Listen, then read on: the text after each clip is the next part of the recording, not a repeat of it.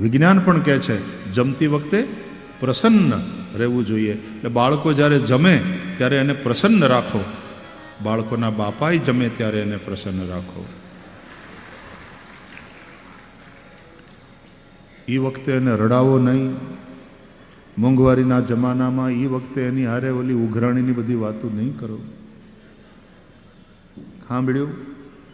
મકાન માલિક આવ્યા હતા, ભાડાનું કહેતા હતા, 6 મહિનાનું ચડી ગયું છે એમ કહેતા હતા, 15 દીમાં નહીં આપો સામાન બહાર ફેંકી દઈશ. અને જમી લેવા દે ને પેલા. કરવા જેવી વાત કરવી પડે, પણ જમી તો લેવા દે. કોઈક જમતું હોય ને ક્યાંક એવા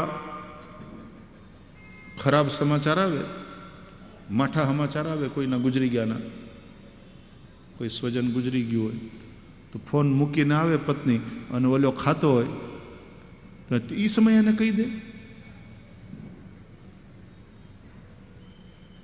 હું બુંદી ગાંઠિયા ઉલાળો છો, ફઈબા વૈયા ગયા, એવું કહીને એને ખાતો અટકાવે. ઊભા થાવ, હવે આભળવા જવાનું છે. ખાતો એને પેલા નિરાતે ખાઈ લેવા દેવાય. પ્રસન્ન ચિત્ત ભોજન કરના चाहिए. પ્રસન્ન ચિત્ત. અમારે અમુક ભક્તો એવા છે કે મને જ્યારે જમાડે ને ત્યારે પીરસે, એ દાળ ભાત શાક રોટલી જે કંઈ બનાવ્યું એ તો પીરસે, પણ એની સાથે જોક્સ પણ પીરસે. એ સમયે એવા ટૂચકા ને એવી હસાવાની વાતો કરતા જાય. પ્રસન્ન ચિત્ત જમો, મોજ મારો. અને રસોઈ બનાવો ને એ પણ પ્રસન્ન ચિત્તે બનાવો. ઓલી ખરેખર ગુસ્સામાં હશે ને પછી એને રસોઈ બનાવવી પડે એમ હોય અને પછી બનાવે ત્યારે દાળમાં ગુસ્સો નાખે, શાકમાં ગુસ્સો ભળે.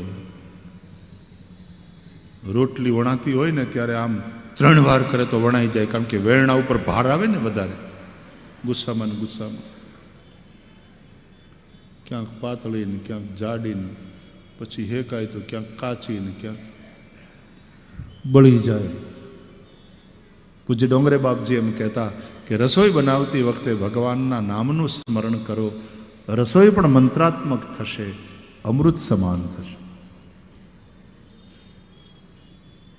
પછી ભોજન કરો તો ભગવાનને પેલા યાદ કરીને, બ્રહ્માર્પણમ બ્રહ્મ હવિર બ્રહ્માગ્નૌ બ્રહ્મણાહુતમ બ્રહ્મૈવ તેન ગંતવ્યમ બ્રહ્મ કર્મ સમાધિના.